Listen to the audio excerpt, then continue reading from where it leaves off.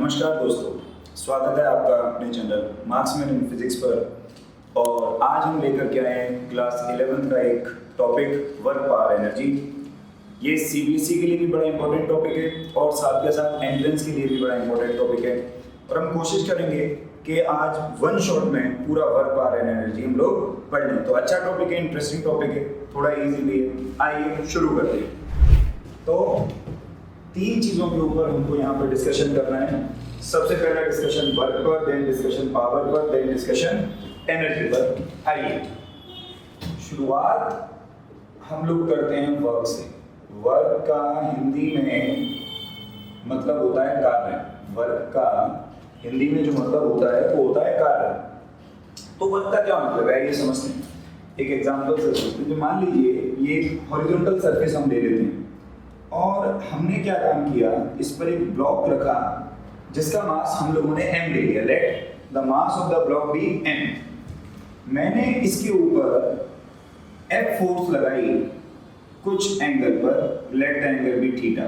मैंने इसके ऊपर जो है वो F फोर्स लगाई और इस फोर्स का एंगल मैं मान लेता हूँ कि जो है थीटा है। तो ऑब्वियस सी बात है, मैं इसको दो कंपोनेंट में डिवाइड कर सकता हूँ। एक कंपोनेंट हुआ F cos थीटा और दूसरा कंपोनेंट हमारा हुआ F sin थीटा। अगर आप बहुत ध्यान से देखोगे तो आपको एक बात पता चलेगी कि जो F sin थीटा है ये तो नॉर्मल रिएक्शन को बैलेंस करने में चला जाएगा। यानी कि मेरी बॉडी अगर आगे चल रही है तो किसकी वजह से चल रही है? F cos थीटा की वजह से मेरी बॉडी आगे चल रही है। अगर मैं ये मान लूं कि मेरी बॉडी ने S डिस्प्लेसमेंट किया, मेरी बॉडी ने S डिस्प्लेसमेंट किया, तो वर्क डन जो होगा, वर्क डन वो बराबर होगा फोर्स इनटू में डिस्प्लेसमेंट के। वर्क डन जो होगा वो बराबर होगा फोर्स इनटू में डिस्प्लेसमेंट के। जो फोर्स इसको चला रही है वो फोर्स है F cos थीटा और डिस्प्लेसमेंट है S। इनडायरेक्टली मैं इसको लिख सकता हूं Fs cos थीटा, और अगर मैं इसको वेक्टोरिकली लिखना चाहूं तो मैं वर्क डन लिख सकता हूं F vector dot of S vector. क्योंकि एक बात आप जानते हैं कि दो वेक्टर्स का जो डॉट प्रोडक्ट होता है इन रियलिटी में वो एक स्केलर क्वांटिटी होती है। तो वर्क डन बराबर आ गया F vector dot S vector. अगर हम लोग ध्यान से सोचें कि वर्क क्या है, भाई work is said to be done when a force acting on a body displaces a body. जब अगर किसी बॉडी के ऊपर कोई फोर्स लगा और उस फोर्स की वजह से अगर वो बॉडी कुछ डिस्प्लेसमेंट शो करती है, तब हम ये कहेंगे कि उस बॉडी के ऊपर कुछ वर्क हुआ है। तो जैसे कि हमने यहाँ से देखा, भाई वर्क डन का फॉर्मूला जो हो जाएगा वो हो जाएगा आपका F vector dot S vector. और क्योंकि ये स्केलर प्रोडक्ट है इसीलिए वर्क डन जो है हमारी वो एक स्केलर क्वांटिटी है। तो वर्क डन की जो SI यूनिट है वो आपकी जूल है। The SI unit of work done is joule. अगर आप चाहें तो यहीं से डायमेंशंस भी निकाल सकते हैं। We can very easily calculate the dimensions. अगर हम लोग डायमेंशंस की बात करें तो फोर्स की जो डायमेंशंस हैं वो हैं mLt-2 और डिस्प्लेसमेंट की डायमेंशन L। तो ओवरऑल डायमेंशन बन गई mL2t-2। और आप जानेंगे कि यही एनर्जी की भी डायमेंशन होती है। These are the same dimensions as that of energy. So ये बेसिकली वर्क डन हुआ भाई, है ना। तो वर्क डन बराबर फॉर्मूला हमारा क्या निकल गया?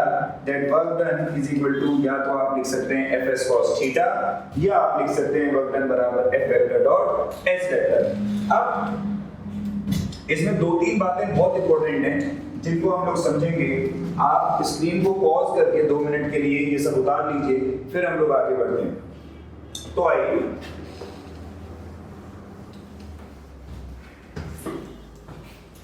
जैसा कि हम लोगों ने अभी देखा बेसिकली कि भाई वर्क का जो फॉर्मूला हम लोगों ने निकाला, वो फॉर्मूला जो था वो था Fs cos theta.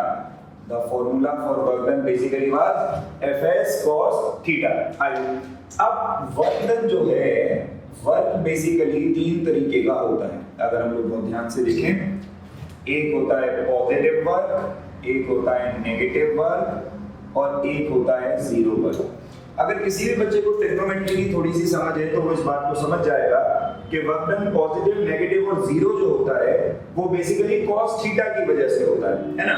cos theta अगर पॉजिटिव तो work done positive, cos theta अगर नेगेटिव तो वर्क डन नेगेटिव, और cos थीटा अगर जीरो तो वर्क डन भी आपका क्या हो जाएगा, जीरो हो जाएगा। मैं कुछ एग्जांपल से बताता हूं। सबसे पहले ये देख लें कि भाई cos थीटा कहां-कहां पॉजिटिव होता है। तो तीन क्वाड्रेंट की हम लोग बात करते हैं बार-बार ऐसे ASTC after school to college, यहाँ पे ऑल पॉजिटिव, यहाँ पे साइन पॉजिटिव, यहाँ पे टेन पॉजिटिव और यहाँ पे कॉस पॉजिटिव। तो फर्स्ट क्वाड्रेंट की रेंज 0 से 90 डिग्री होती है, दूसरे की रेंज 90 से 180 डिग्री, तीसरे की रेंज 180 से 270 और इसकी रेंज 270 से 360। मतलब कि अगर cos थीटा फर्स्ट या फोर्थ क्वाड्रेंट में है, यानी कि थीटा की वैल्यू अगर 0 से 90 और 270 से 360 है, तब तो cos थीटा पॉजिटिव होगा, और cos थीटा अगर पॉजिटिव होगा तो जो वर्क डन निकलेगा हमारा वो भी हमारा क्या निकलेगा भाई, पॉजिटिव निकलेगा। तो मेरे कहने का मतलब है, आइए समझिए जरा कि अगर थीटा की वैल्यू 0 से 90 डिग्री या 270 से 360 डिग्री आती है, तो in that case work done will be positive. तो फिर नेगेटिव वर्क के लिए क्या होगा भाई, नेगेटिव वर्क के लिए होगा कि अगर थीटा की वैल्यू 90 डिग्री से लेकर के 270 डिग्री तक हो, मतलब सेकंड और थर्ड क्वाड्रेंट अगर हो, तो आपका जो वर्क डन निकल जाएगा वो नेगेटिव निकल जाएगा। अगर हम लोग बात करें जीरो वर्क की, तो वर्क अगर थीटा 90 डिग्री हो जाता है सपोज कीजिए, तो उस केस में वर्क डन जीरो हो जाएगा। एक एक करके हर चीज का एग्जांपल हम लोग देखेंगे कि थीटा 90 डिग्री हो गया तो वर्क बेसिकली जीरो कैसे हो गया। इसका सबसे अच्छा एग्जांपल जो जनरली दिया जाता है वो दिया जाता है अ पुली कैरिंग वेट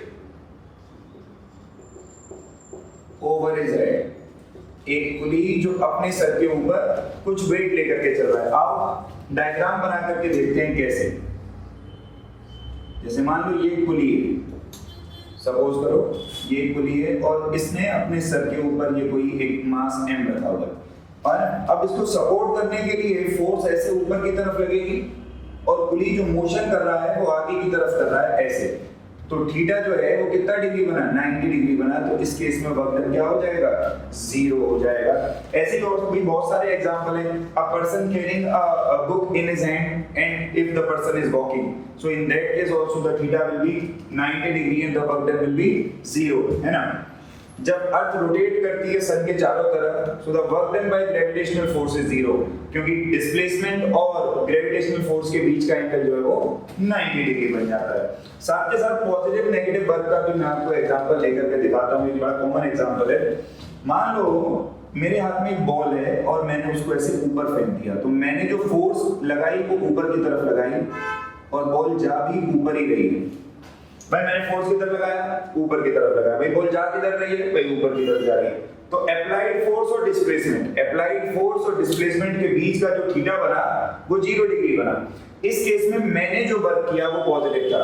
लेकिन अगर इसी केस में हम लोग ध्यान दें ग्रेविटी की फोर्स पे, तो आप ध्यान से देखो, जब बॉल ऊपर जा रही थी तब भी ग्रेविटी की फोर्स इस बॉल को पकड़ करके नीचे खींच रही थी। तो इस केस में समझेंगे बात को, वर्क डन बाय पर्सन, जिस व्यक्ति ने वर्क किया, that work done is positive, जबकि work done by gravity, gravity जो वर्क कर रही है, that work done is negative. तो जो पर्सन ने वर्क किया वो वर्क तो पॉजिटिव है, जबकि जो ग्रेविटी ने वर्क किया वो वर्क नेगेटिव है। और भी एग्जांपल से आप समझ सकते हो इस चीज को। जैसे मान लो रोड पर एक गाड़ी चल रही है, कार, मान लो एक गाड़ी है, इंजन चलने के लिए फोर्स आगे लगा रहा है, गाड़ी जा भी आगे ही रही है। तो इंजन ने जो वर्क किया वो पॉजिटिव था। लेकिन अगर इसी केस में हम लोग बात करें फ्रिक्शन की, तो आप देखिए जब गाड़ी आगे जा रही थी तो फ्रिक्शन जो वर्क कर रही थी वो पीछे की तरफ वर्क कर रही थी, इसलिए work done by friction in this case is also negative. So work done by engine is positive while work done by friction is negative. और generally जिसका work done positive है, body अपनी movement उसी की तरफ show करेगी, negative वाले की तरफ body अपनी movement show नहीं करती है। तो basically ये type हुए work के, तीन तरीके के work होते हैं, positive work, negative work और zero work। Zero work जब थीटा 90 डिग्री हो जाए, पॉजिटिव और नेगेटिव cos थीटा पर डिपेंड करते हैं, है ना भाई। अब इसको स्क्रीन पॉज कर लें जरा 2 मिनट के लिए और आप इसको उतारिए जरा प्लीज।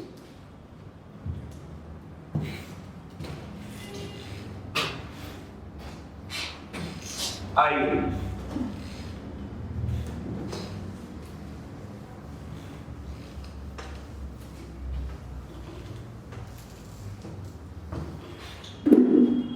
आइए आगे बढ़ते हैं। तो ये हुआ वेक्टर। अब आगे बढ़ते हैं हम लोग पावर। ये बिल्कुल हम वही पढ़ेंगे 9th क्लास वाली पावर जो हम लोगों ने 9th क्लास में पढ़ी थी। बेसिकली वही पावर हम लोग पढ़ने की कोशिश करेंगे। क्या होता है पावर? अगर पावर की बात करें तो बहुत आसानी से अगर हम लिख सकते हैं rate of doing work. Rate of doing work is called power. काम करने की जो गति है, रेट जो है, उसको हम लोग बेसिकली पावर कहते हैं। तो पावर का फॉर्मूला जो बनता है वो फॉर्मूला बनता है वर्क डन अपॉन में टाइम टेकन। पावर का जो फॉर्मूला बनता है वो फॉर्मूला बनता है क्या? वर्क डन अपॉन में टाइम टेकन। पावर बराबर W/T। ठीक है भाई। SI यूनिट जो होती है पावर की वो होती है वॉट, है ना। और वर्क डन को लिखा जा सकता है जूल और टाइम को लिखा जा सकता है सेकंड। तो या तो वॉट कह दो या जूल पर सेकंड कह दो, दोनों बातों का मतलब सेम ही है।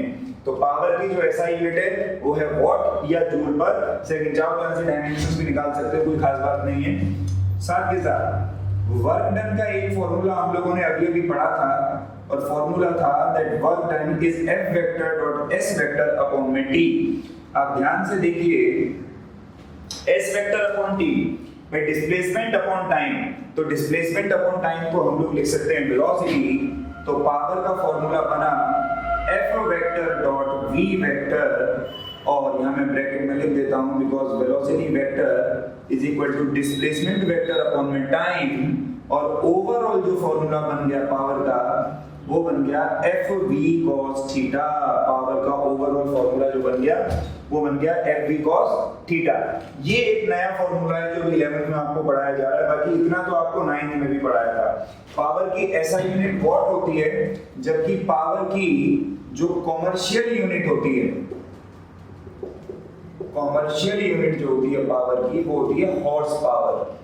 और एक हॉर्स पावर में 746 वॉट होते हैं। इंजन वगैरह की जो पावर होती है बेसिकली वो हॉर्स पावर में नापी जाती है, और एक हॉर्स पावर की जो वैल्यू है वो 746 वॉट है। हमारे घरों में जो पानी उठाने वाली मोटर्स वगैरह लगी होती हैं उनकी कैपेसिटी भी हॉर्स पावर में ही नापी जाती है। तो पावर में इतना ही है, तो बहुत ज्यादा इंपॉर्टेंट नहीं है। स्क्रीन पॉज करके इसको उतार लो, फिर हम एनर्जी पे डिस्कशन शुरू करेंगे।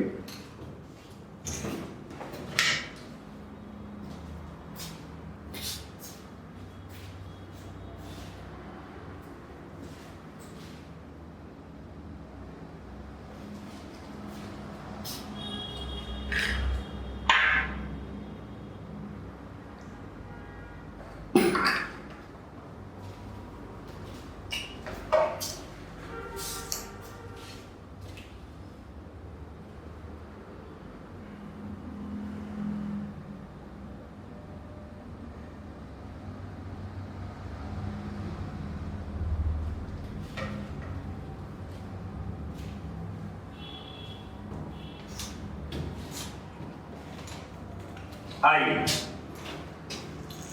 आगे चर्चा शुरू करते हैं पावर के बाद।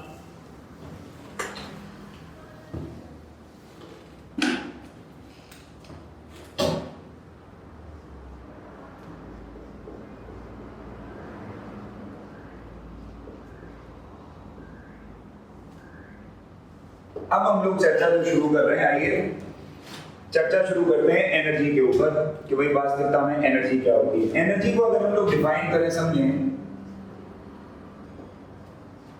Capacity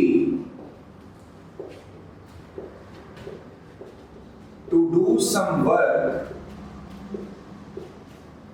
is called energy.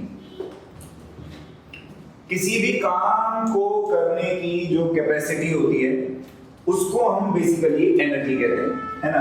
9th class की डेफिनेशन है। अगर हम लोग बात करें एनर्जी के टाइप्स की, बात समझिए, ब्रॉडली स्पीकिंग एनर्जी दो तरीके की होती है। एक तो होती है भाई पोटेंशियल एनर्जी, और दूसरी जो होती है भाई होती है kinetic energy. So one energy is potential energy while the other energy is kinetic energy. बात को समझें, मैं बिल्कुल आसान शब्दों में बताता हूं। पोटेंशियल एनर्जी ये बॉडी की पोजीशन की वजह से होती है, ये बॉडी की पोजीशन की वजह से होती है। और ज्यादा अगर मैं इन डिटेल में जाके इसको बताऊंगा पोटेंशियल एनर्जी को, तो मैं ये कह सकता हूं मॉलिक्यूलर कन्फिगरेशन की वजह से। एकदम टेक्निकल बात अगर हम करें तो किसी भी बॉडी की मॉलिक्यूलर कन्फिगरेशन की वजह से जो एनर्जी होती है वो पोटेंशियल एनर्जी होती है। और जो दूसरी एनर्जी है काइनेटिक एनर्जी, काइनेटिक वर्ड निकला काइनेमा से, काइनेमा का मतलब होता है मोशन। तो जो काइनेटिक एनर्जी है ये बॉडी की मोशन की वजह से होती है। काइनेटिक एनर्जी जो है ये बॉडी की मोशन की वजह से होती है, ठीक है। जैसे आप अपने बिल्डिंग के अगर थर्ड फ्लोर पे बैठे हो तो आपके पास जो एनर्जी है वो पोटेंशियल एनर्जी है, लेकिन अगर आप एक गाड़ी में बैठे हो और गाड़ी बहुत तेजी से चल रही है उस वक्त आपके पास जो एनर्जी है वो काइनेटिक एनर्जी है। अगर पोटेंशियल एनर्जी की हम लोग चर्चा करें तो पोटेंशियल एनर्जी फर्दर दो टाइप की होती है। एक होती है भाई ग्रेविटेशनल पोटेंशियल एनर्जी, और दूसरी होती है भाई elastic potential energy. Elastic potential energy rubbers में, स्प्रिंग्स में बेसिकली स्टोर रहती है। रबर में, स्प्रिंग में जो एनर्जी है वो इलास्टिक पोटेंशियल एनर्जी है। जबकि आप ग्रेविटी से कितना, ग्रेविटी कह रहा हूं, आप सरफेस से कितना ऊपर हो, इसकी वजह से जो आपके पास एनर्जी है वो बेसिकली ग्रेविटेशनल पोटेंशियल एनर्जी होती है। एक एक करके हम लोग पढ़ेंगे। सबसे पहले हम लोग चर्चा जो शुरू करेंगे वो ग्रेविटेशनल पोटेंशियल एनर्जी के ऊपर चर्चा शुरू करेंगे, और फिर हम बात करेंगे भाई काइनेटिक एनर्जी की। इलास्टिक पोटेंशियल एनर्जी को हम लोग बाद में देखेंगे। आइए स्क्रीन पॉज करके ये फ्लो चार्ट इसी तरीके से आप बना लीजिए, उसके बाद हम लोग आगे बढ़ेंगे।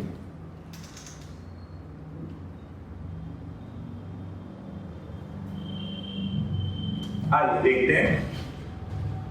सो पोटेंशियल एनर्जी स्टार्ट करते हैं अपन लोग।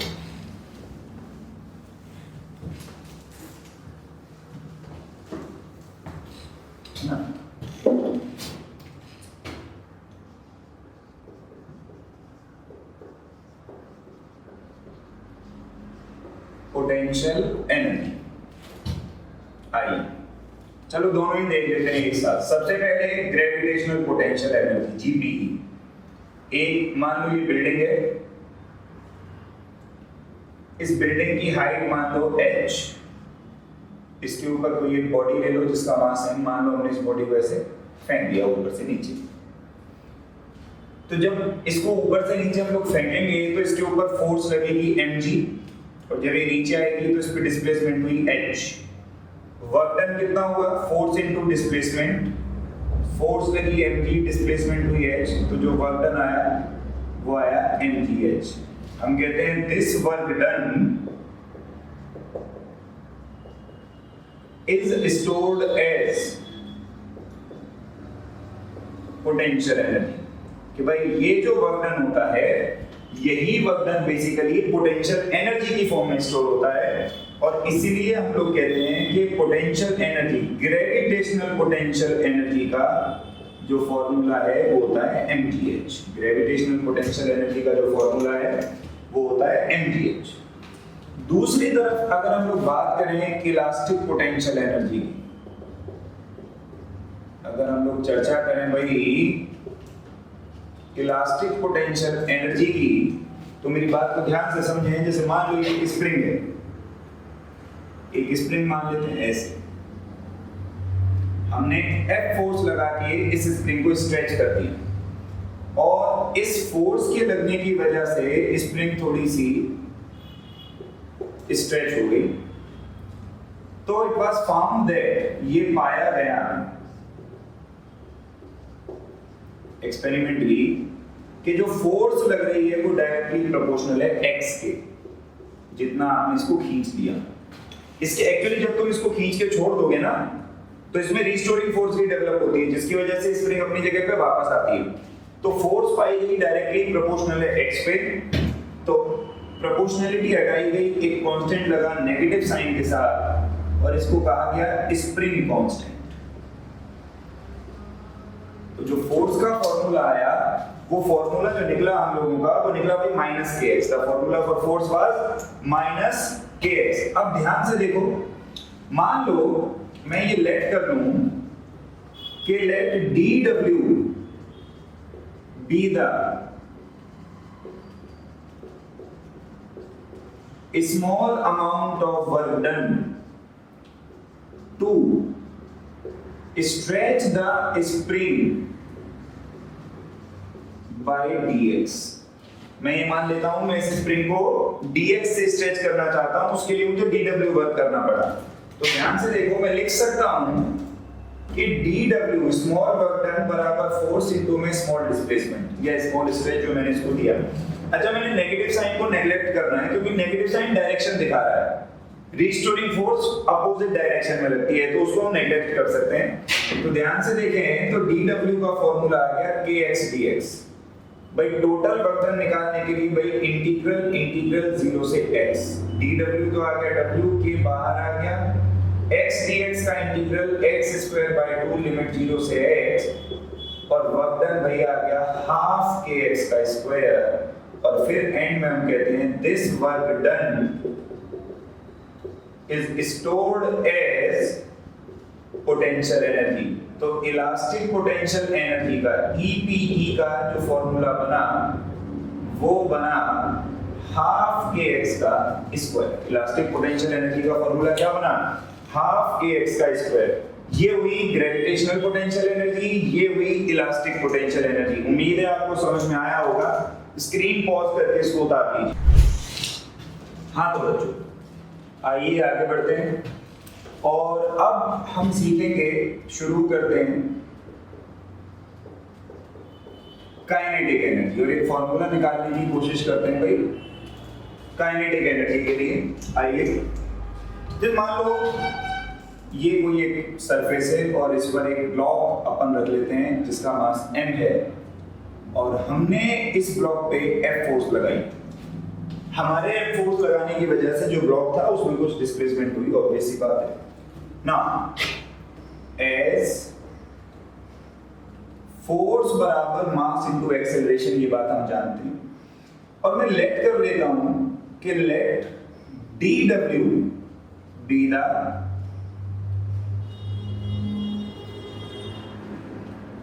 small amount of work done to move the body through dx। जैसे मान लो इसको थोड़ा सा यहां से हम यहां ले आए और ये डिस्प्लेसमेंट मान लिया हमने dx और इतना डिस्प्लेसमेंट में हमको वर्क करना पड़ा dw। तो अब भाई वर्क डन का फॉर्मूला होता क्या है? वर्क डन का formula force into displacement. Force लगाई F और डिस्प्लेसमेंट लगाया dx। हो सकता है कि ये लोग सोच रहे हो कि ये फॉर्मूला था Fs cos theta, force into displacement into cos theta. आप cos थीटा क्यों नहीं लिख रहे? उसका रीजन है मैंने फोर्स भी इधर लगाई, डिस्प्लेसमेंट भी इधर हुई, तो थीटा बना 0 डिग्री और cos 0 की वैल्यू क्या होती है? 1। इसलिए आसानी रखने के लिए मैं केवल लिख रहा हूं F इनटू में dx, ताकि आप लोगों को बेसिक सी बात समझ में आ जाए, बेसिक आइडिया लग जाए कि वर्क पर एनर्जी में सीबीएसई में क्या है ना। तो dw बराबर F dx। ध्यान से देखें, फोर्स को मैं लिख सकता हूं mass into acceleration into dx, या एक्सेलरेशन को लिखा जा सकता है dv by dt into dx, है ना। एक्सेलरेशन dv by dt होती है वेलोसिटी अपॉन टाइम। अब क्या काम करो, इस dx को इधर ले लो और इस dt को इधर ले लो। जैसे ही आप ऐसा करेंगे dw बराबर हो जाएगा m dx by dt into dv। और ऐसा मैंने इसलिए किया, ध्यान से देखो, dx by dt को वेलोसिटी लिखा जा सकता है, तो dw बराबर आया mv dv, ब्रैकेट में लिख दें, बिकॉज वेलोसिटी बराबर dx by dt। dw बराबर क्या हो गया, mv dv। बहुत अच्छे, बहुत बढ़िया, शाबाश, वाह। टोटल वर्क डन निकालने के लिए इसको इंटीग्रेट कर लेते हैं। Integral dw is equal to integral, limit लगा देता हूं 0 से v of mv dv, m बाहर, v dv की लिमिट v स्क्वायर बाय 2 और लिमिट 0 से v, वर्क डन बराबर m bye 2, upper limit minus lower limit, और वर्क डन का फॉर्मूला आया हाफ mv स्क्वायर। यही फॉर्मूला आप लोगों ने क्लास 9 में पढ़ा होगा। फिर हम यहां पर लिख देंगे this work done appears as kinetic energy, कि ये जो वर्क डन है यही अपीयर होता है किसकी तरह, काइनेटिक एनर्जी की तरह। और इसलिए हम एंड में लिख देते हैं कि भैया काइनेटिक एनर्जी का जो फॉर्मूला है वो बनता है half mv square. Kinetic energy का फॉर्मूला क्या बनता है भाई, हाफ mv स्क्वायर। तो ये बेसिकली डेरिवेशन है किसकी भाई, काइनेटिक एनर्जी की। इजी डेरिवेशन है, कोई खास बात नहीं है ना। उम्मीद है तुम लोग को समझ में आ गया होगा। उतारो इसको, स्क्रीन पॉज कर लो, स्क्रीन पॉज करके उतारो, साथ के साथ फिर आगे बढ़ेंगे हम लोग। आइए आगे बढ़ते हैं थोड़ा सा। तो ये हमने बेसिकली क्या किया कि भाई हमने जो है काइनेटिक एनर्जी की जो डेरिवेशन थी, हम लोगों ने वो डेरिवेशन भी करके देख ली। आइए, बहुत बढ़िया। अब ना एक इंपॉर्टेंट रिजल्ट पढ़ना है हम लोगों को, एक थ्योरम पढ़नी है, और आप ना इस वाले फॉर्मूले को याद रखिएगा। मैं इसका यूज करूंगा आगे ना, देखो कैसे। आओ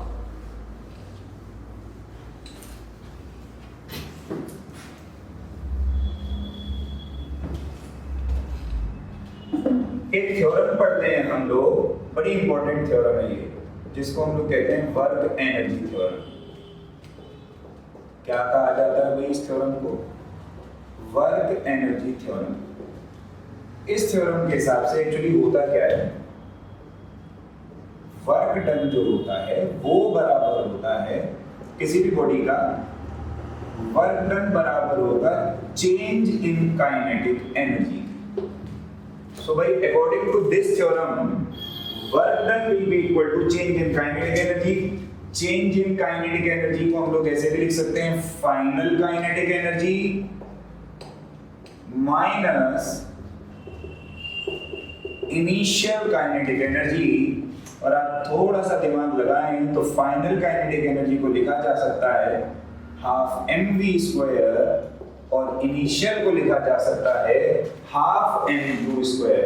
तो फिर भाई वर्क डन बराबर चेंज इन काइनेटिक एनर्जी है। अब सवाल पैदा होता है भाई, इसने कह दिया, हम इसकी बात को क्यों माने भाई, हम सीधा सीधा इसकी बात को क्यों माने कि वर्क डन बराबर चेंज इन काइनेटिक एनर्जी होती है। तो भाई बिल्कुल नहीं मानते। आप इसका प्रूफ देख लेते हैं कि ये क्या ये बात ये सही है भी या नहीं। आइए, तो अभी जो मैंने आप लोगों को थोड़ी देर पहले बताया कि जो फॉर्मूला मैंने लिखा उसको याद रखना है। देखा मैंने क्या फॉर्मूला निकाला था कि dw बराबर क्या होता है, mv dv। इसको दोनों साइड इंटीग्रेट करते हैं, लेकिन अब की बार इंटीग्रेशन की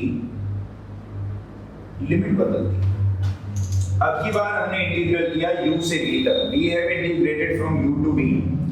तो इंटीग्रल dw तो भैया w हो गया, m बाहर आ गया, v dv हो गया v स्क्वायर बाय 2, लिमिट हो गई मेरे भाई u से v, w बराबर m bye 2, upper limit minus lower limit, और ध्यान लगा के देखो तो ये बना हाफ mv का स्क्वायर माइनस हाफ mu का स्क्वायर। और मुझे लगता है कि ये थ्योरम प्रूव हो गया। तो बेसिकली यही थ्योरम है इसी थ्योरम को हम लोग क्या बोलते हैं भाई, work energy theorem. This theorem is basically called what, this theorem is basically called work energy theorem. अच्छा मान लो किसी बच्चे के एग्जाम में इस साल सब्जेक्टिव पेपर आ रहा है और उसके यहाँ ये क्वेश्चन आ गया कि भाई state and prove work energy theorem, तो जब इसका प्रूफ करोगे तो सीधा यहाँ से मत शुरू करना, जो लास्ट डेरिवेशन मैंने कराई आप वहां से शुरू करना, यहां तक आना, केवल लिमिट चेंज कर देना, आपका काम बन जाएगा। भाई हाँ ना बोलो यार, है ना, इतना करो। आप स्क्रीन पॉज करके इसको भी उतार लो, फिर अपन लोग आगे बढ़ेंगे। स्वागत है दोस्तों एक बार फिर से। तो हम लोगों ने पढ़ना शुरू किया था वर्क एनर्जी एंड पावर, और हम लोग वर्क एनर्जी एंड पावर को पढ़ चुके थे वहां तक कि हमने वर्क एनर्जी थ्योरम पढ़ी थी। हमको ये वीडियो वन शॉट में खत्म करनी थी, लेकिन क्योंकि हमारा माइक खराब हो गया तो इससे पिछली जो वीडियो है, मतलब इससे जो पिछला पार्ट है वीडियो का, उस वीडियो में थोड़ा सा ऑडियो का ग्लिच रहा, इसलिए अब हम आज नेक्स्ट डे शूट कर रहे हैं और जहाँ पे हमने कल छोड़ा था हम वहीं से इसको पढ़ना शुरू करेंगे। तो कल हम लोगों ने पढ़ ली थी वर्क एनर्जी थ्योरम, और आज हम लोग शुरू करते हैं वर्क एनर्जी थ्योरम से आगे की पार्ट। हम एक तरीके की एनर्जी पढ़ने की कोशिश करते हैं जिसको हम लोग कहते हैं मैकेनिकल एनर्जी। अच्छा अगर देखा जाए कि मैकेनिकल एनर्जी क्या होती है, तो मैकेनिकल एनर्जी बेसिकली टोटल होती है काइनेटिक एनर्जी और पोटेंशियल एनर्जी का, है ना। अगर हम काइनेटिक एनर्जी और पोटेंशियल एनर्जी को ऐड कर दें तो उसकी जो टोटल जो एनर्जी होती है उसको हम लोग मैकेनिकल एनर्जी बोलते हैं। अब इसमें एक सवाल आता है हमारे पास कि भाई आप ये प्रूव करके दिखाइए कि मैकेनिकल एनर्जी कंजर्व होती है। मैकेनिकल एनर्जी कंजर्व होती है, इसका प्रूफ करने के लिए हम क्या काम करते हैं, कुछ एग्जांपल्स ले लेते हैं। जैसे मान लो हम लोगों ने एक ये बिल्डिंग ले ली, ठीक है जी, और इस बिल्डिंग की हाइट हम लोग h ले लेते हैं, यहाँ पर एक बॉडी ले लेते हैं, इसका मास ले लेते हैं m, और इसको हम यहाँ से फ्री फॉल कराते हैं। 3 रेफरेंस पॉइंट हम कंसीडर कर रहे हैं, ये वाला पॉइंट A, ये वाला पॉइंट हम मान लेते हैं B, और एक ग्राउंड वाला पॉइंट मान लेते हैं C। हम ये मान लेते हैं कि यहां से यहां तक आने में बॉडी ने x दूरी तय करी। तो देखें कुछ कैलकुलेशन से हम लोग ये साबित करेंगे कि मैकेनिकल एनर्जी कंजर्व रहती है। आइए सबसे पहले हम लोग बात करते हैं पॉइंट A की, इस वाले पॉइंट की। इस पॉइंट पर अगर मैं काइनेटिक एनर्जी निकालूं तो ये 0 निकलेगी, क्योंकि भाई ये टॉप मोस्ट पॉइंट है। और इसी पॉइंट पर अगर मैं पोटेंशियल एनर्जी निकालूं तो वो निकलेगी mgh। अब अगर इस पॉइंट पे मैं मैकेनिकल एनर्जी निकालना चाहूं जो कि सम होगी काइनेटिक एनर्जी और पोटेंशियल एनर्जी का, तो आंसर आएगा mgh। Let this be equation number 1। अब यही कैलकुलेशन हम पॉइंट बी के लिए करते हैं। सो फॉर पॉइंट बी, बात को समझिए, जब ये बॉडी यहां से यहां आएगी तो इसकी रफ्तार चेंज होगी। मैं मान लेता हूं कि लेट v1 बी द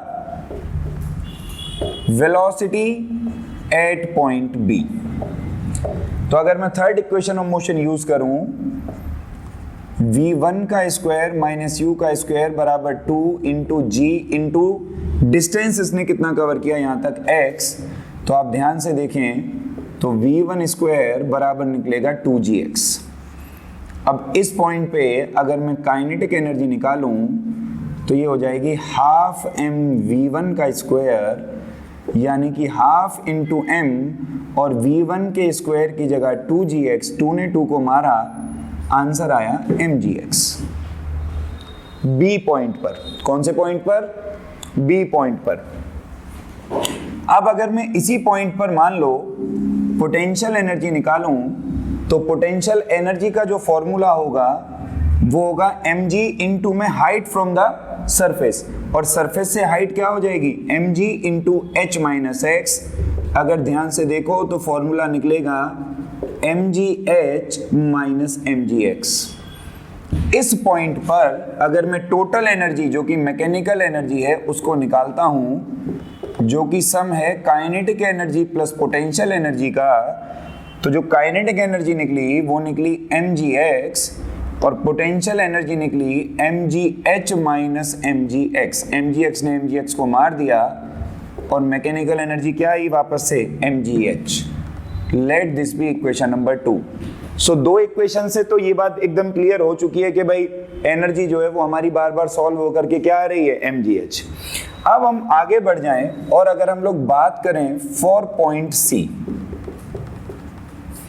तो बॉडी जब यहां से यहां आएगी तो और ज्यादा उसकी वेलोसिटी चेंज हो जाएगी। अब हम मान लेते हैं कि C पॉइंट पे वेलोसिटी v2 है, तो let v2 be the velocity at point C। Third equation हम मोशन लगाएं तो v2 का स्क्वायर माइनस u का स्क्वायर बराबर 2gh, तो v2 का स्क्वायर बराबर आ गया 2gh। हाइट h इसलिए ली क्योंकि a से c आते time body total h height cover कर चुकी है, और v2 का स्क्वायर बराबर में क्या आ गया 2gh। काइनेटिक एनर्जी निकाल लूं अगर इस पॉइंट पे, हाफ m v2 का स्क्वायर यानी कि half into m into 2gh, 2 ने 2 को मारा, आंसर आ गया mgh। इधर कंटिन्यू करते हैं। अगर इस पॉइंट पर मैं पोटेंशियल एनर्जी निकालूं तो वो तो जीरो होगी क्योंकि ग्राउंड लेवल है। तो अगर मैकेनिकल एनर्जी निकाली जाए जो कि सम टोटल है kinetic energy plus potential energy का, भाई काइनेटिक एनर्जी हम लोगों की वापस से निकली mgh और पोटेंशियल एनर्जी निकली जीरो, तो हमारी मैकेनिकल एनर्जी क्या हो गई mgh। अब आप अगर इन तीनों इक्वेशंस पे थोड़ा सा ध्यान दें, इक्वेशन नंबर 1 पर, इक्वेशन नंबर 2 और इक्वेशन नंबर 3 पर, आपको पता चलेगा कि तीनों ही इक्वेशन में मैकेनिकल एनर्जी 2gh आ रही है, जिससे ये बात प्रूव होती है कि मैकेनिकल एनर्जी वास्तविकता में कंजर्व रहती है ना। अब आप क्या काम करें, अपनी स्क्रीन को पॉज कर लें, पॉज करके इसको उतार लें, उसके बाद में हम लोग आगे बढ़ेंगे। कोई बच्चा है बाहर, बुलाइए कौन है।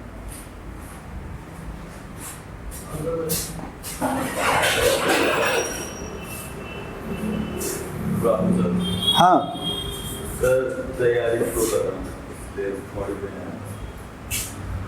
अच्छा, तो इसलिए आया है। हाँ। कोई बात नहीं, ले जा, रख ले। तो रख दे भाई, तेरी मर्जी है। Good afternoon.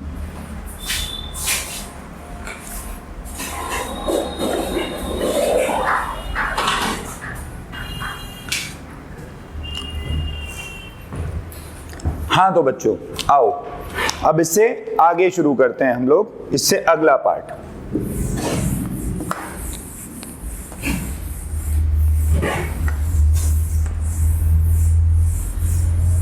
है ना। अब इस चैप्टर में इससे अगला पार्ट जो है वो पार्ट है कोलिजन। अच्छा, कोलिजन का मतलब क्या होता है? जब दो या दो से ज्यादा फोर्सेस एक दूसरे के ऊपर बहुत ज्यादा फोर्स लगाएं, ठीक है, सॉरी, जब दो या दो से ज्यादा बॉडीज एक दूसरे के ऊपर बहुत ज्यादा फोर्स लगाएं बहुत कम समय के लिए, तब हम कहते हैं कि दोनों बॉडीज आपस में कोलाइड हुई, है ना। When two or more than two bodies exert relatively large forces on each other for a very short interval of time, then the process is called, the phenomena is called collision। और हम इसको isolated system मानते हैं। Isolated system का मतलब है कि हम ये मानते हैं कि बाहर से कोई फोर्स नहीं लग रही, जो बॉडी कोलाइड कर रही हैं वही एक दूसरे के ऊपर फोर्स लगा रही हैं। तो कोलिजन के टाइप्स होते हैं बेसिकली, दो तरीके के कोलिजन्स होते हैं। एक होता है इलास्टिक और दूसरा कोलिजन होता है इनइलास्टिक। एक एक करके समझते हैं इनके बीच में क्या डिफरेंस है। इलास्टिक कोलिजन में टोटल एनर्जी कंजर्व्ड होती है। इलास्टिक कोलिजन में लीनियर मोमेंटम भी कंजर्व होता है और इलास्टिक कोलिजन में काइनेटिक एनर्जी भी कंजर्व होती है। तो फिर इनइलास्टिक क्या है? इनइलास्टिक में टोटल एनर्जी कंजर्व्ड होती है, इसमें भी कंजर्व होती है। लीनियर मोमेंटम भी कंजर्व्ड होता है इनइलास्टिक कोलिजन में, लेकिन दोनों में फर्क यही है कि काइनेटिक एनर्जी कंजर्व नहीं होती। मतलब मेरे कहने का यह है कि इलास्टिक और इनइलास्टिक कोलिजन में जो मेन अंतर है वो इस बात का है कि इलास्टिक में काइनेटिक एनर्जी कंजर्व होती है, इनइलास्टिक में काइनेटिक एनर्जी कंजर्व नहीं होती। मैं अगर आपको एग्जांपल देके बताऊं कि क्या इलास्टिक और क्या इनइलास्टिक है, आओ समझो। जैसे मान लो ये एक बॉडी, इसका मास m, ये चल रही है u वेलोसिटी से, और एक और बॉडी इसका मास m, ये इनिशियली रेस्ट पे है। ये केस था बिफोर कोलिजन का, टक्कर नहीं हुई है अभी। टकराने के बाद पहली वाली बॉडी तो रेस्ट पे आ जाए और दूसरी वाली बॉडी इधर चलने लग जाए u वेलोसिटी से, ये केस बने आफ्टर कोलिजन का। तो अगर इस तरीके से कोई कोलिजन होता, ध्यान से देखो, इसमें केवल वेलोसिटीज का इंटरचेंज हुआ। इस तरीके के कोलिजन को इलास्टिक कोलिजन कहा जाता है। इस तरीके के कोलिजन को क्या कहा जाता है? Elastic collision. जबकि इनइलास्टिक कोलिजन क्या होता है कि जैसे मान लो ये बॉडी है m, u वेलोसिटी से चल रही थी, एक और बॉडी m रेस्ट पे थी। ये केस हुआ बिफोर कोलिजन का। टकराने के बाद दोनों एक साथ चलने लग जाएं, ये केस हुआ आफ्टर कोलिजन का। ये इनइलास्टिक कोलिजन होता है। ध्यान से समझने की बात है, ना तो कोई कोलिजन परफेक्टली इलास्टिक होता, ना ही कोई कोलिजन परफेक्टली इनइलास्टिक होता। परफेक्टली इलास्टिक कोलिजन वो है जिसमें एनर्जी का बिल्कुल भी लॉस ना हो, तो वो भी नहीं हो सकता, क्योंकि जैसे ही दो बॉडी टकराएंगी साउंड आ जाएगा, हीट आ जाएगा, और भी बहुत सारी एनर्जी आ जाएंगी, तो एनर्जी का लॉस तो होता ही है। और इनइलास्टिक, परफेक्टली इनइलास्टिक वो है जिसमें टोटल एनर्जी का ही लॉस हो जाए। मतलब ये दोनों बॉडी टकराएं, टकराते ही जीरो, बिल्कुल दोनों ही रुक जाएं एकदम से, ऐसा भी पॉसिबल नहीं है। तो ना तो कोई कोलिजन परफेक्टली इलास्टिक होती, ना इनइलास्टिक। तो फिर डेली लाइफ कोलिजन्स कैसी होती हैं? जो डेली लाइफ कोलिजन्स होती हैं उनको कहते हैं इम्परफेक्ट या सेमी इलास्टिक कोलिजन्स। उनको कहते हैं इम्परफेक्ट या सेमी इलास्टिक कोलिजन्स, जो डेली लाइफ की कोलिजन्स होती हैं। अब अपनी स्क्रीन को पॉज करो और इसको उतार लो 2 मिनट के लिए। आइए बच्चों आगे शुरू करें। अच्छा, ये हम कैसे पता लगाएंगे कि कोलिजन कैसी हो रही है, कोलिजन इलास्टिक हो रही है या इनइलास्टिक हो रही है? आओ समझते हैं। एक क्वांटिटी है जिसको हम कहते हैं कोफिशिएंट ऑफ रेस्टिट्यूड या रिसेलियंस। इसको रिप्रेजेंट करते हैं ई से। इससे पता लगेगा कि कोलिजन कैसी हो रही है। आओ समझते हैं। जैसे मान लो ये एक बॉडी m1, ये चल रही है u1 वेलोसिटी से, ये एक बॉडी m2, ये चल रही थी u2 वेलोसिटी से। ये केस था बिफोर कोलिजन का। This was the case of before collision. टक्कर हुई दोनों की, और मैं ये मान के चल रहा हूं कि u1 बड़ा है u2 से, तभी ये दोनों टकरा पाएंगे। टक्कर हो गई दोनों की। टक्कर होने के बाद में इसकी वेलोसिटी मान लो v1 हो गई और इसकी वेलोसिटी मान लो v2 हो गई। So this was basically the case of after collision. अब अगर स्ट्रेट लाइन में कोलिजन हुई है तो v2 बड़ा हो जाएगा v1 से। तो ध्यान से समझो, कोफिशिएंट ऑफ रेस्टिट्यूड क्या क्वांटिटी है? ये बराबर होती है v2 माइनस v1 अपॉन में u1 माइनस u2। इसको जब हम लोग लिखते हैं तो ऐसे लिखते हैं, it is defined as velocity of separation after collision to velocity of approach before collision. अच्छा, ये कैसे बताती है? ये ऐसे बताती है कि अगर E की वैल्यू 1 आए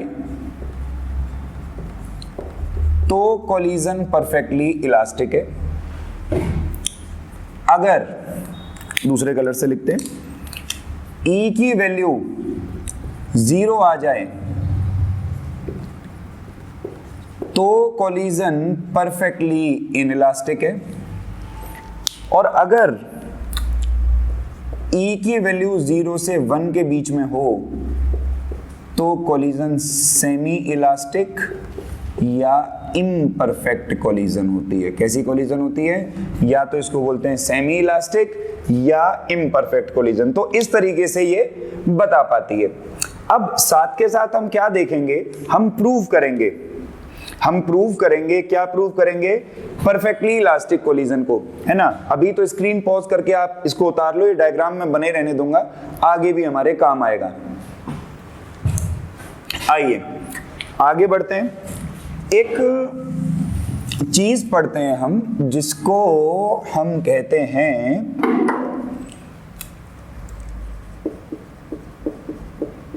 elastic collision in one dimension, 1D। ये बेसिकली 1 डायमेंशन का ही एग्जांपल था, क्योंकि सारी बॉडी स्ट्रेट लाइन में चल रही है।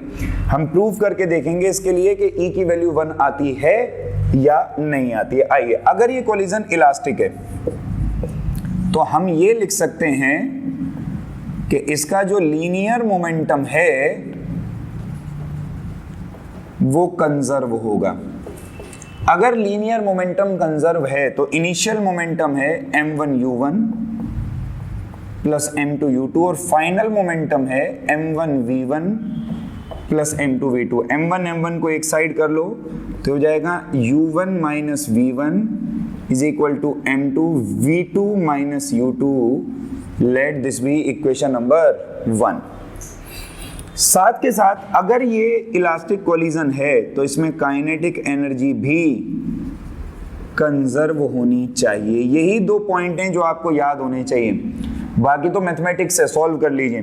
तो initial kinetic energy half m1u1 का स्क्वायर प्लस हाफ m2u2 का square, final kinetic energy half m1v1 का स्क्वायर प्लस हाफ m2v2 का स्क्वायर। हाफ ने हाफ को दोनों साइड से कॉमन लेके काट दो, m1 को एक साइड कर लो तो हो जाएगा m1u1 का स्क्वायर माइनस v1 का स्क्वायर इज m2v2 का स्क्वायर माइनस u2 का square, and let this be equation number 2। क्या काम करो, इक्वेशन नंबर 1 को डिवाइड कर दो इक्वेशन नंबर 2 से। अगर हम इक्वेशन नंबर 1 को डिवाइड कर देते हैं इक्वेशन नंबर 2 से, आइए इधर देखते हैं तो क्या बचेगा। देखो m1 u1 minus v1 divide by LHS से LHS को डिवाइड करेंगे m1। अच्छा, यहाँ पे फॉर्मूला लगा दो a square minus b square का, तो a माइनस b और a प्लस b।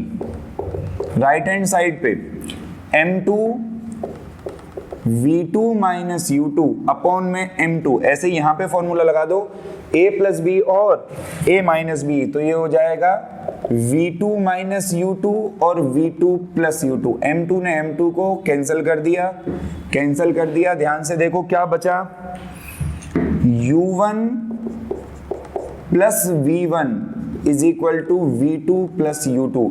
u को एक साइड कर लो तो u1 minus u2 is equal to v2 minus v1, ये आ गया। फ्रॉम डेफिनेशन जो अभी अभी हम लोगों ने पढ़ी थी, E का फॉर्मूला था v2 माइनस v1 अपॉन में u1 माइनस u2। ध्यान से देखो, v2 माइनस v1 की जगह रखा जा सकता है u1 माइनस u2, तो E बराबर u1 minus u2 upon u1 minus u2 और बराबर 1।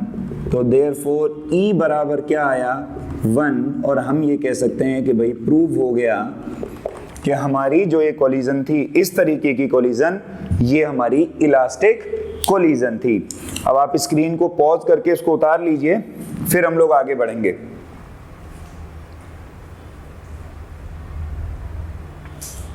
आइए बच्चों, है ना, आगे बढ़ते हैं हम लोग।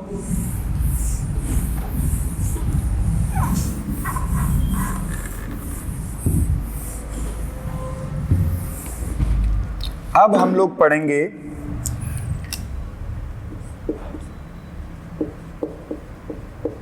inelastic collision in one dimension. Example देख लेते हैं पहले। जैसे मान लो m1 वेलोसिटी u1, दूसरी बॉडी m2, इसकी velocity 0। This becomes the case of before collision. After collision, if the collision is inelastic, let us assume that they both stick together and move with the velocity v. This becomes the case of after collision. देखते हैं ये collision elastic है inelastic है। अगर inelastic है तो इसमें energy का लॉस होगा, वही हम लोग पता लगाएंगे। देखो बेशक से इनइलास्टिक है लेकिन लीनियर मोमेंटम कंजर्व होता है। As linear momentum is conserved, तो इनिशियल लीनियर मोमेंटम तो होगा m1 u1, ये तो 0 है। फाइनल होगा total mass m1 plus m2 into velocity v। तो v बराबर आया m1 u1 अपॉन में m1 प्लस m2। प्रवीण देखियो तेरा कैमरा बंद है क्या? चालू है, ठीक है। शुरू कर रहा हूँ यहीं से। Let this be equation number 1। अब देखो इनिशियल काइनेटिक एनर्जी निकालते हैं। K1 हाफ m1 u1 का square. Let this be equation number 2। और निकाल के देख लेते हैं फाइनल काइनेटिक एनर्जी K2 जो होनी चाहिए हाफ इसका total mass m1 plus m2 into में v का स्क्वायर, तो हाफ इनटू में v की जगह m1 का स्क्वायर u1 का स्क्वायर अपॉन में m1 प्लस m2 का होल स्क्वायर। इसने इसको मार दिया। ध्यान से देखो क्या बचा, m1 का स्क्वायर u1 का स्क्वायर अपॉन में 2 m1 plus m2। Final kinetic energy इतनी आई। अगर मैं ये मान लूं कि काइनेटिक एनर्जी लॉस हुई और मैं लॉस ऑफ काइनेटिक एनर्जी निकालूं डेल्टा के, तो K1 माइनस K2। ध्यान से देखो K1 की वैल्यू m1 u1 का square by 2 minus m1 square u1 square upon में 2 m1 plus m2, 2 m1 plus m2 LCM 2 ने 2 को मारा, m1 u1 square m1 plus m2 minus m1 का स्क्वायर u1 का स्क्वायर। अंदर मल्टीप्लाई करो, m1 का स्क्वायर u1 का square plus m1 m2 u1 का स्क्वायर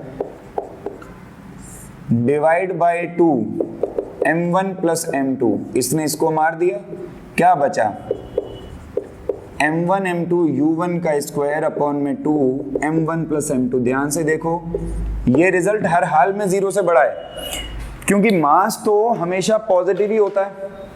अगर मैं ये मान भी लूं कि u1 नेगेटिव भी है तो भी उसका स्क्वायर हो रहा है, तो रिजल्ट हमेशा 0 से बड़ा आएगा। इसका मतलब कुछ ना कुछ काइनेटिक एनर्जी लॉस हुई, और अगर काइनेटिक एनर्जी लॉस हुई तो ये कोलिजन कैसा हुआ भाई? ये कोलिजन इनइलास्टिक कोलिजन हुआ बेसिकली, है ना। हम लोग अगर चाहें तो इलास्टिक कोलिजन इन 2D भी पढ़ सकते हैं, लेकिन उसका कोई प्रैक्टिकल सॉल्यूशन नहीं निकलता, तो उसको मैं अभी नहीं पढ़ा रहा हूं। इस पॉइंट पर आकर के वर्क एनर्जी एंड पावर का जितना भी बेसिक टर्मिनोलॉजी थी जो मिनिमम हमको चाहिए इस चैप्टर को पढ़ने के लिए, वो यहाँ पर आकर के खत्म हो जाती है। उम्मीद है आप सबको समझ में आया होगा, ये वीडियो अच्छी लगी होगी। अगर वीडियो अच्छी लगी, समझ में आया, तो इसको ज़्यादा से ज़्यादा लाइक कर दें, शेयर कर दो, और अगर कोई वैल्यूएबल फीडबैक आप देना चाहते हो तो कमेंट सेक्शन में जाके हमको वो फीडबैक दें। हम कोशिश करेंगे कि उसको अपनी अगली वीडियोस में हम लोग शामिल करें। आज के लिए इतना ही, मिलेंगे अगली वीडियो में। नमस्कार।